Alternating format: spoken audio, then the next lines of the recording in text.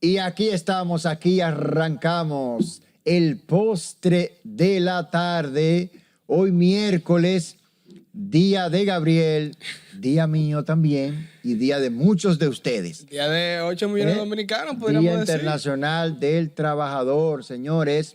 Una fecha clásica de cada año que la recibimos y hay una situación con los trabajadores, sabemos que a veces no ganan lo suficiente, que quieren un chin más y se lo merecen, sobre todo los maestros, que nunca será suficiente lo que ganen.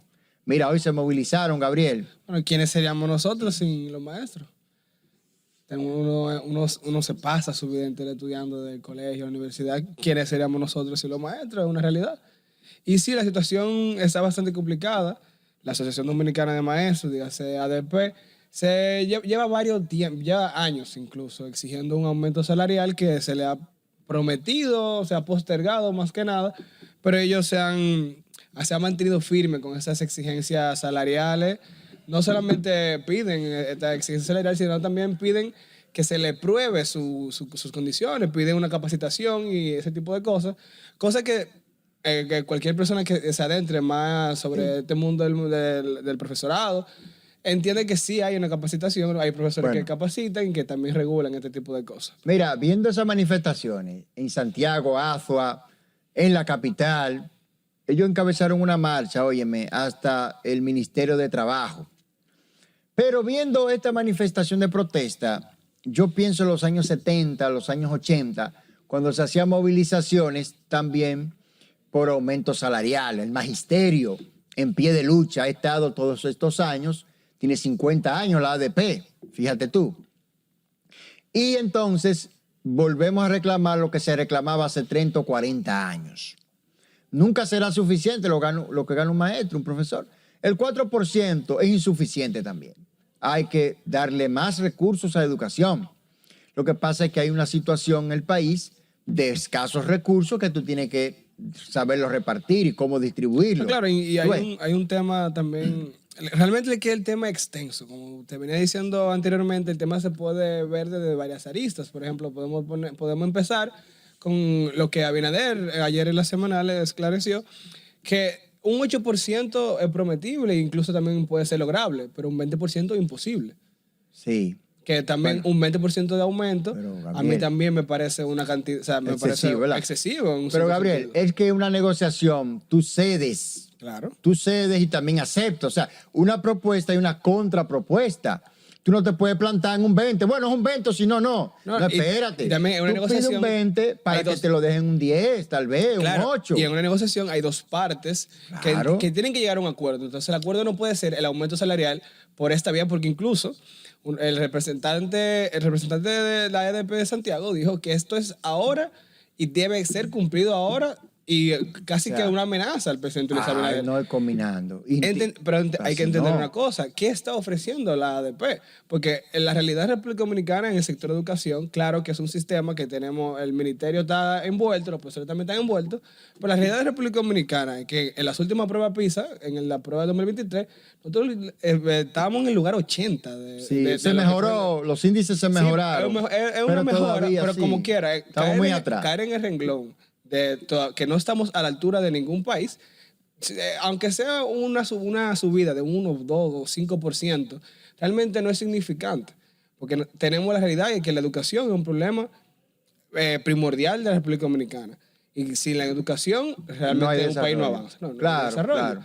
Entonces, realmente se puede llegar a entender esa protesta de los maestros porque no ganan. Puede ser que no ganen lo suficiente. ¿Tú crees que estas protestas son políticas? ¿Tienen algo que ver ahora que estamos en campaña? Pero por supuesto, este país nos ha dejado de enseñanza que sin influencia política las cosas no suceden. Entonces aquí, con un gran interés político, porque justamente el alto dirigente de la ADP es un militante en función del PLD, y diputado también. Y diputado, estamos a 2 semanas de una elección que cualquier llamado de atención que se le haga al presidente va a ser un ataque directo hacia él, que va a tener que responder. Entonces, claro que hay un interés político de por medio. Y más también, Link, que hay que meter el tema de que el año escolar está cerrando. que va a tener más Claro. impacto porque vamos a cerrar un año escolar de manera catastrófica. Dirán ellos, bueno, este es el mejor momento para protestar, Claro. porque ahora te prestan atención, no quieren ruido, el gobierno quiere reelegirse y te van a llamar y van a negociar, pero el gobierno te está ofreciendo un 8%. ¿Qué más tú quieres? Un 20% demasiado, excesivo, porque los otros sectores. Y a salud pública, ¿qué tú le vas a dar? Y a obra pública. Y a otros también, entonces, y el campo dominicano, que tanto necesita financiamiento y recursos. Entonces vamos a ser conscientes. Tú ves, mira, por ejemplo, el presidente hoy firmó un acuerdo histórico, según dirigentes sindicales, Pepe Abreu, Gabriel del Río y otros dirigentes, para indexar el sueldo anualmente de los trabajadores según la inflación.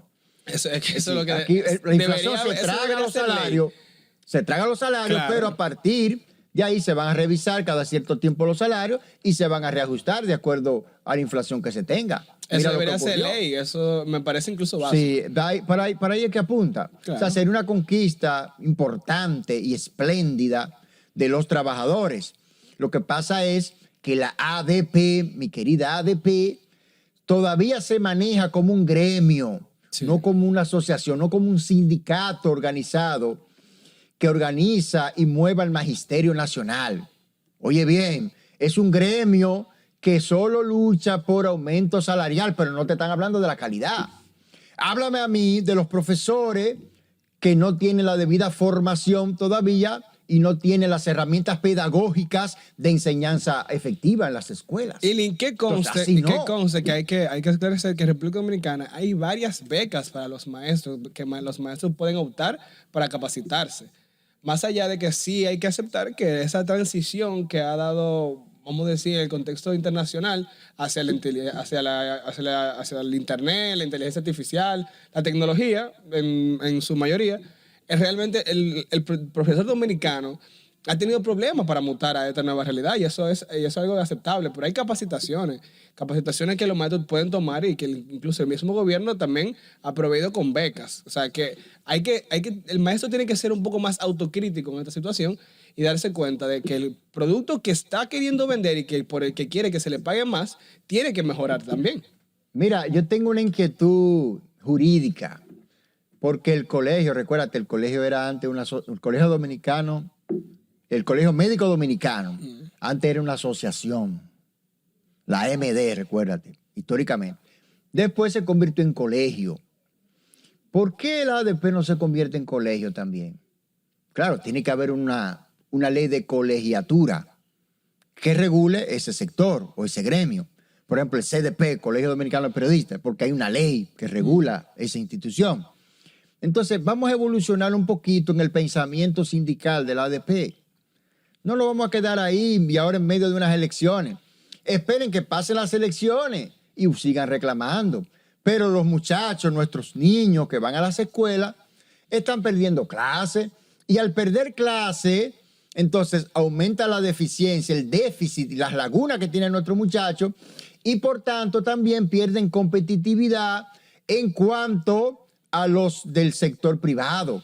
Claro, Porque no, se para las escuelas públicas, ya pero los hay. muchachos de los colegios siguen yendo a los colegios. Claro, es que entonces eso le van no ganando afecta. en clase. No afecta a los colegios. No afecta a afecta, los pero colegios. van ganando en clase ellos. Entonces van saliendo esos estudiantes de colegios privados, van saliendo más preparados y capacitados que nuestros alumnos de escuelas públicas. Y fíjate, Así no Lin, que puede ser. afecta justamente al sector más vulnerable. Porque no solamente tenemos el caso de que no hay clase y puede afectar directamente al estudiante, pero afecta también al padre. Padre que trabaja en este tiempo de tan extendida de su hijo y no tiene dónde dejar a su hijo, no tiene con quién incluso dejar a su hijo. Situación que me imagino que muchos profesores pasan, porque hay muchos hijos de profesores también. Entonces ahí que afecta al sector más vulnerable, que es al sector del trabajador. Porque vamos a entender que la realidad de un sector, de una clase media, de una clase alta, tiene que estos estudiantes se pueden quedar tal vez con su trabajo, con la ayuda de la casa, con una tutora o incluso con su misma madre, cosa que el sector que estamos tocando ahora mismo, que es el sector menos privilegiado, Claro. no puede hacer, no tiene No esa puede. situación. Claro, porque entonces ¿con quién va a dejar a los muchachos?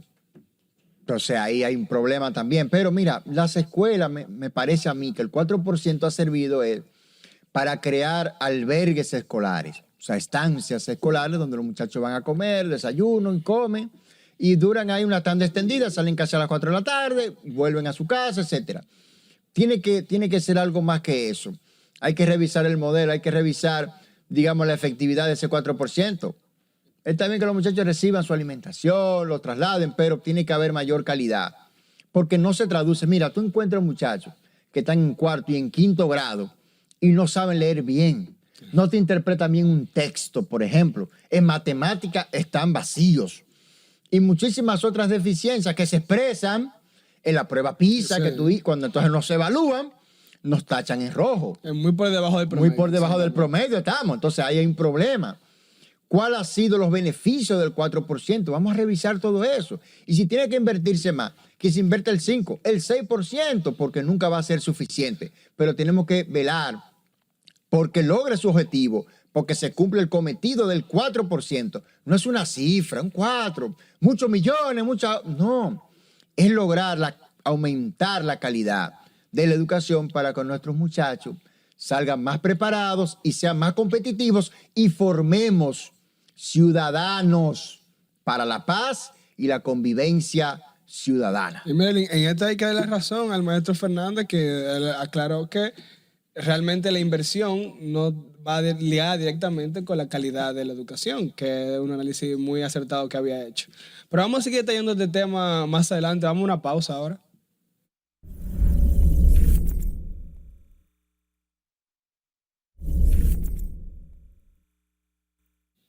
Recuerden que este programa se repite a las 6 de la tarde por nuestro canal RNN2 67, a las 7 por nuestro canal estelar de YouTube, Noticias RNN, y a las 11 la retransmisión estrella de la noche. Lo más esperado, el toque de queda y el postre de la noche a las 11 por este mismo canal. Miren, hay una estafa de los abuelitos. Nuestros queridos abuelitos, muchos de ellos han sido estafados por genios dominicanos que llamaban a nuestros abuelitos allá, le decían, mire, su nieto sufrió un problema, un accidente, está detenido en la policía, mande cuarto, mande dinero para sacar a ese muchacho, que hay un problema muy serio.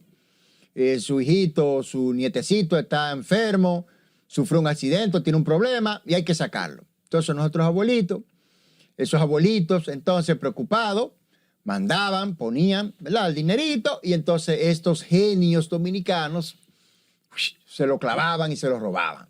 Ahí están detenidos y podrían enfrentar serios años de cárcel.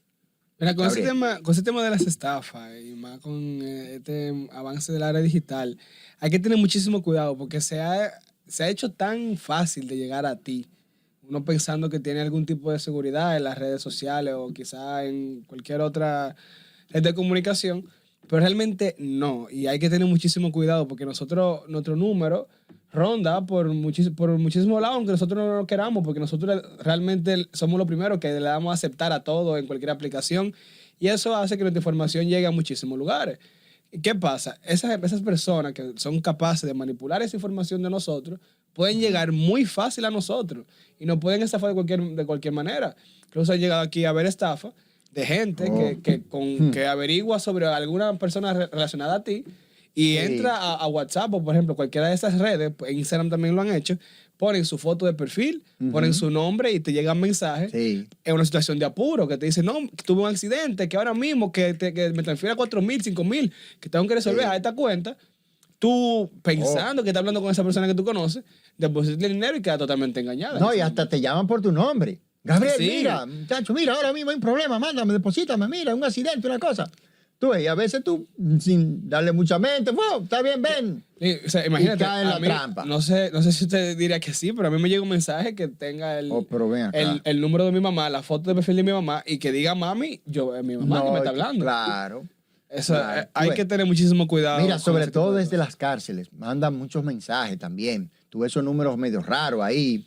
y te hacen cosas unos mensajes medio feos ahí, tú ves. Y la cárcel, eso es casi que un negocio. ¿Usted se acuerda de la Victoria que desmantelaron una red de router de internet arriba y cosas? Claro. Eso es de ahí mismo que sale esa estafa. Está más conectado adentro que afuera. Claro. Eso es Y una ahí red adentro tienen el día entero para maquinar cosas, porque son genios de la maldad.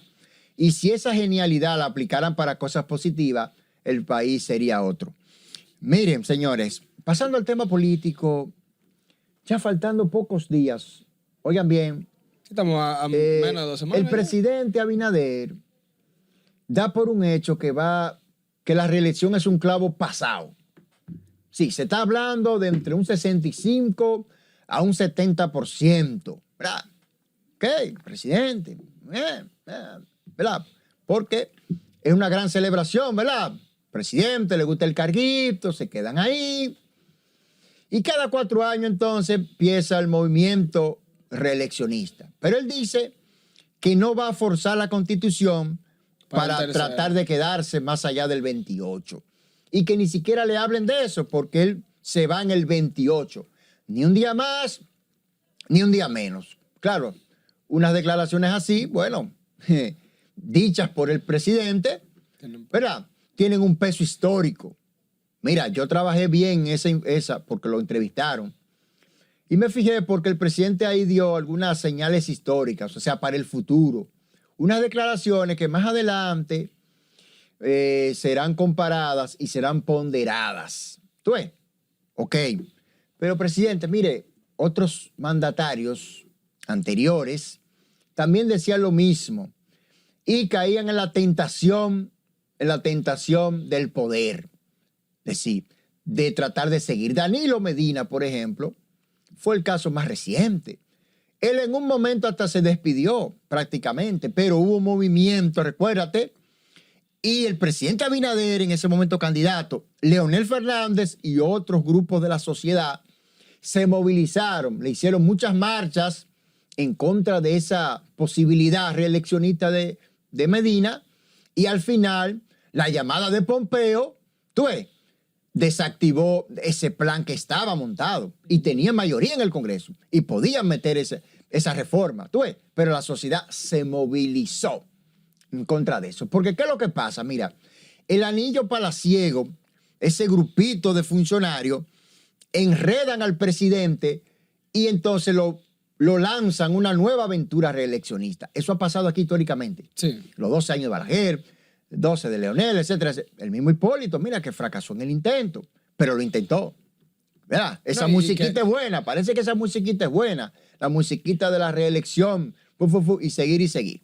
Y además, se tiene que hacer una reforma constitucional porque el mismo presidente la está promoviendo. Entonces, ahí puede haber el recelo, la suspicacia de que él mismo se rehabilite para quizá poder optar más adelante, porque él va a salir todavía siendo un hombre relativamente joven en el 28. Incluso a mí me parece... Él no se va a jubilar así. No. No se va a hacer un harakiri.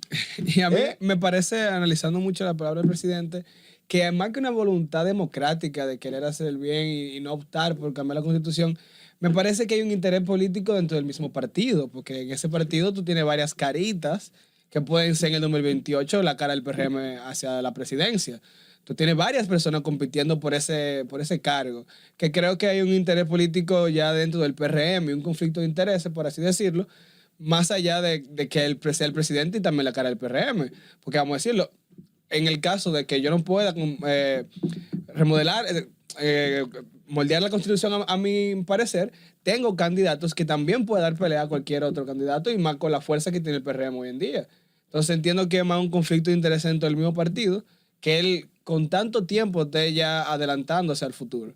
Entiendo, ese es mi parecer en ese aspecto. Pero en el PRM va a haber un serio problema. Claro, por la que hay sucesión presidencial. Hay demasiada gente. ¿Quién va a suceder a Abinader? Mira, ¿Quién será la nueva cara del PRM para el 28? Mira, Elin, tú tienes a David Collado, que tiene muchísima fuerza en el partido. Tú tienes a Carolina Mejía, que también tiene muchísima fuerza en el partido. Paliza. Tú tienes a Paliza, que lo puede hacer como quiera, Faride. Tienes a Yayo San Lobatón. O sea, tú tienes a muchísima gente que puede ocupar ese cargo. El mismo Guido. El mismo Guido ¿Qué? que se quedó con la espinita de ahora El también. Espinita, no, y combatió al presidente. Claro. Pero ya ahora está sumado. Sí, claro, no. Está en primera fila tiene que. en el tren de la reelección. ¿Y quién te quita que Guillermo Moreno también? Bueno, ¿Quién mira, te quita? si Guillermo ganara, sería presidente del Senado. El mismo 16 de agosto se instalaría como presidente del Senado y eso le daría una proyección crítica, porque Guillermo es de Guillermo. Guillermo es guillermita, Guillermo no es PRMista, señores. Sí, él es él. Que hay gente con que, su propio que se le criterio, olvida que él. Entonces, ¿quién era Guillermo Moreno hace antes? hace par de meses? Entonces, ¿qué va a pasar? Bueno, que ahí va a haber serio problema. Y naturalmente que se va a resquebrajar y No, va a haber, por eso entiendo, va a haber una ruptura dentro claro, del PRM. Por eso entiendo que estas palabras del presidente apaciguan un poco el ambiente porque ya con antelación él viene diciendo que no lo va a hacer. Pero dando paso igual a un conflicto de interés grandísimo, porque en el 2028, ¿quién va a ser la cara del PRM? Se van a luchar entre sí todos. Pero además, el presidente ya tendría que ir preparando las bases para una posible sucesión. ¿Tú ves? Y esa sucesión tendría que pasar por una convención, unas primarias, no por un dedazo, como en el PRI de México, que era por dedo, la dedocracia de México, y el PRI que duró 71 años, encaramado ahí. Sí, tienen que pasar por un proceso democrático, contarle los votos a cada uno, y al final entonces, ¿quién es quién? ¿Tú ves? Entonces el presidente ahí, naturalmente, vamos a ver por quién se inclina, o si por abajito, sutilmente, podría impulsar a un Delfín. El Delfín de Puerto Plata podría ser, que es un hombre muy de él, su enllave político, pero también hay celo. Tú ves, hay celo porque es el presidente, entonces pudiera haber ahí un liderazgo celoso, porque Y también, imagínate tú, por ejemplo, un Collado, David va. David va, tiene que gane o no gane es otra cosa. Tiene de la alcaldía postulándose hacia el futuro con es para eso. allá que va. Incluso, ¿quién quita, Lin? Yo creo que es muy apresurado, pero Omar se está postulando, aunque él diga que no. Dijo que lo había pensado los otros días, que lo viene pensando. No, va a depender de su suerte el 19M. Claro. El 19M va a definir el futuro inmediato de Omar Fernández. Porque miren algo, señores. Ganando en el Senado pone un pie Mira, sobre la qué bueno que tú me dijiste. Miren, rápidamente. El cambio político comienza en la capital. El que gana la capital, gana el gobierno. En el 98, ¿quién ganó la senaduría? Milagros Ortiz Bosch. Ya en el 2000, 2 años después, el PRD era gobierno. Pero no solamente eso. En el 2002, el PLD sacó un solo senador, José Tomás Pérez. ¿Y de dónde era? De la capital. 2 años después, en el 2004, ya el PLD era gobierno. ¿Tú ves? En el 2016, ¿qué pasó? David Collado tumbó a Roberto, que tenía 14 años, y 4 años después, ya el PRM era gobierno. ¿Tú ves? Entonces, el que gana la capital, gana el gobierno, porque esa es la principal plaza de este país. Por eso es que el gobierno está empeñado en imponer a Guillermo, con la fuerza del gobierno, con la maquinaria electoral movida y engrasada. Entonces quieren imponer a Guillermo Moreno, toda esa hormiguita haciéndole el trabajo de base, candidato a diputado, toda esa gente. Casi que pareciera que es la candidatura de Abinader, que si fuera Abinader que tuviera ganándose esa plaza. Pero tú no ves cómo él le levantó la mano. A Farido de un lado y a Guillermo del otro. ¿Qué quiere decir? Estos son mis senadores. La transición. Estos son mis candidatos. Bueno, pero ahí está la suerte estrechada. El 19M, eche su voto ese día. Decida por usted mismo. Aquí vamos a tener una cobertura total, señores. Bueno, pero ya no hay tiempo para más. Ha sido el postre de la tarde. Sigan con nuestro canal. No, mañana y a la nos misma vemos hora. ahorita.